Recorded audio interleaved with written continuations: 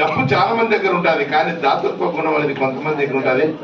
మరి ఈనాటి కార్యక్రమానికి కర్త అయిన నజీర్ మహమ్మద్ గారు మరి మన దివ్యాంగులకు ఒక 8 చైర్లు ఇవ్వడం చాలా గొప్ప సంగతి.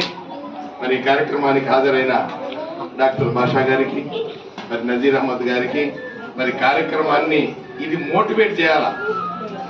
ఇచ్చేవాళ్ళు ఉంటాడు, అడిగితేనే అన్నం పెట్టేది. అయ్యా నువ్వు నాకు, నా పిల్లలు ఉన్నారు, నా పిల్లలు మానసికంగా ఉన్నారు, దివ్యాంగులు ఉన్నారు, నాకు సహాయం చేయండి అని అడిగితే గాని ఇచ్చేవాళ్ళు ఉన్నారు. మరి అటువంటి కర్త వచ్చేసి యశోద మేడం గారు. తను మోటివేట్ చేస్తుంది, తన మైండ్ లో చూస్తుంది ఎవరు దానం చేసేవాళ్ళు, మన దానికి ఎవరు ఇచ్చేవాళ్ళని వాళ్ళని జస్ట్ మోటివేట్ చేస్తుంది. మరి ఆ మోటివేట్ అయ్యి ఇక్కడ చాలా మంది కూడా ప్రతి సంవత్సరం ఏదో ఒక, ఇంతకుముందు కూడా మనం దాదాపు 15-16 వీల్ చైర్లు ఇచ్చినాం. గవర్నమెంట్ చెవులకు సంబంధించిన ఇయరింగ్ చాలా సాయం చేస్తుంది. అయితే అడిగే దాంట్లో కూడా ఉంది. ఇప్పుడు జిల్లాలో కానీ స్టేట్ లో కానీ వేంపల్లె భవితా సెంటర్ అనేది ఒక మంచి గుర్తింపు పొందింది. ప్లస్ ఎవరితో, వీళ్ళిద్దరితో. ఫస్ట్ యశోద మేడం, నెక్స్ట్ ఆమెకు తోడుగా వచ్చింది. నా దగ్గర బియ్యన్పల్లిలో పనిచేసింది ఈమె, దాదాపు 5 ఏళ్ళు 6 ఏళ్ళు నా దగ్గర పనిచేసింది.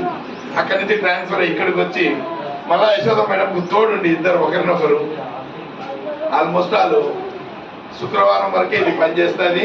శనివారము హౌస్ అని చెప్పి ఇళ్ళ కాడికి పోవాలా. ఆ పిల్లలు ఇండ్ల దగ్గరికి పోయి ఏం చేస్తున్నారు, తల్లిదండ్రులు ఎట్లా వాళ్ళకు ట్రీట్మెంట్ చేస్తున్నారు, ఏ విధంగా చేస్తున్నారు, ఇది మళ్ళీ హౌస్ కు కూడా పోయి శనివారం రోజు కూడా డ్యూటీ చేస్తున్నారు. తర్వాత ఈ నడుమ ఒకరు మిస్సింగ్ అయినారు. ఆ మిస్సింగ్ ని కూడా టెన్షన్ సాయంత్రం దాకా మాకు ఫోన్లు, ఎస్ఐ గారికి ఫోన్లు, వాళ్ళ మిస్సింగ్ అంతా ఏంది మేడం టెన్షన్ పడి మళ్ళీ సాయంత్రం కన్నా వాడు దొరికినాడు.